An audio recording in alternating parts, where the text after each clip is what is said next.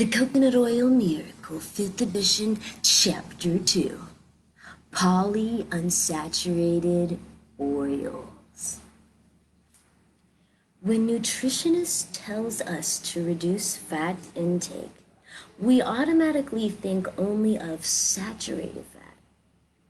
But the recommendation is to reduce all fats, including polyunsaturated fats.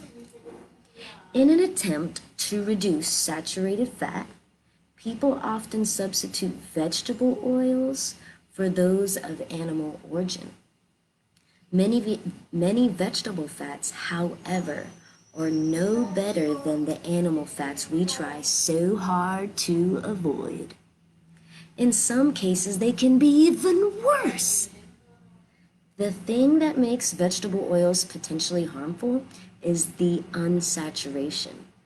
The double carbon bonds in the molecule of the polyunsaturated oil are highly vulnerable to oxidation and free radical formation. Polyunsaturated oils become toxic when they are oxidized as the result of exposure to oxygen, heat, or light, sunlight or artificial, causing rancidity and the formation of free radicals. Free radicals deplete our antioxidant reserves and cause chemical reactions that damage tissue and cells. When oils are extracted from seeds, they are immediately exposed to oxygen, heat, and light, so the oxidation process starts before the oil even leaves the factory. By the time we buy the oil in the store, it has already become rancid to some degree. The more processing an oil undergoes, the more chance it has of oxidizing. The safest vegetable oils to use are those processed at low temperatures and packaged in dark containers. Cold processed oils are minimally processed, so they retain most of their natural antioxidants. These antioxidants are important because they retard spoilage by slowing down oxidation and free radical formation. Oils are masters of deception. You can't tell a rogue from a saint.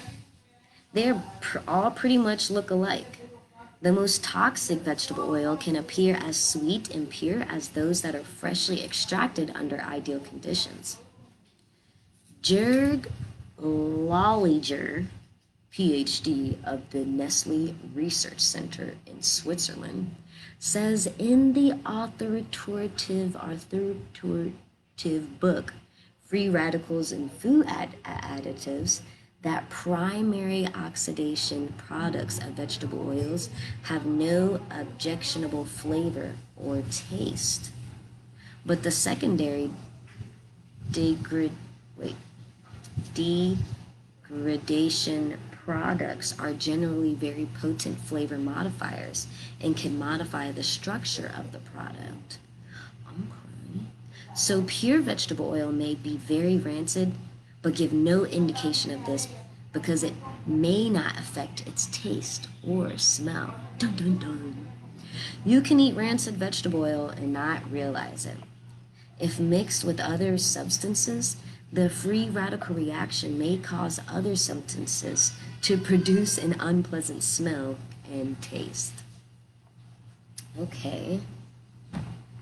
While vegetable oils are stored in warehouses, transported in hot trucks, and sit on store shelves, they are going rancid.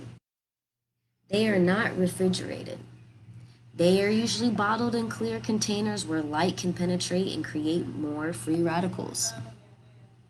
These oils may sit around exposed to warm temperatures and light for months before they are sold. But because pure vegetable oil does not produce any noticeable signs of rancidity, we assume it to be safe.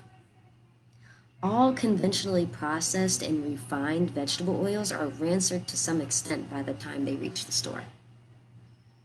To make matters worse, the vegetable oils we buy sit in our kitchen cupboard for months, unless you fry a lot. And when we use them, they are almost always cooked with our food. The cooking accelerates the oxidizing process, making the oil even more rancid and unhealthy. It's ironic that people will buy cold pressed oil at the health food store and then turn it into a health hazard by cooking with it. Studies show that diets containing heat treated liquid corn oil were found to produce more atherosclerosis than those containing unheated corn oil. Even a small amount of heated polyunsaturated vegetable oil, especially if eaten frequently over time, will affect your health. Which I'm guessing is why people, I guess, they start getting these diseases and stuff later on in life, because the practices that and the habits that we have made a costumbre in our life, a custom in our life. So, all vegetable oils, which is why changing is such a beautiful and powerful thing. You change to find what works for you. All vegetable oils should be sealed in airtight, opaque containers and stored in the refrigerator.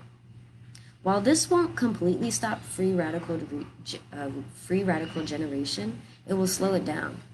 If you have oils that have not been stored this way, throw them out now.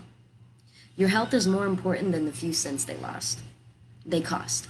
You lost. The majority of vegetable oils today, even many health food store brands, are highly processed and refined. In the refining process, the oil is separated from its source with petroleum solvents and then boiled to evaporate the solvents.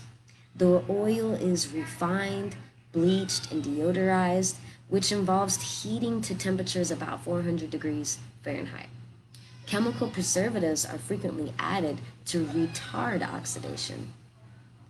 The less processing an oil undergoes, the less harmful it is.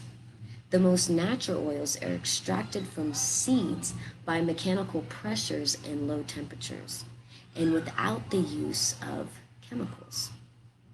Oils derived by this process are referred to as expeller pressed or cold pressed. These are the only vegetable oils you should eat. But be careful. Even these oils are subject to oxidation and must be packaged, stored, and used properly.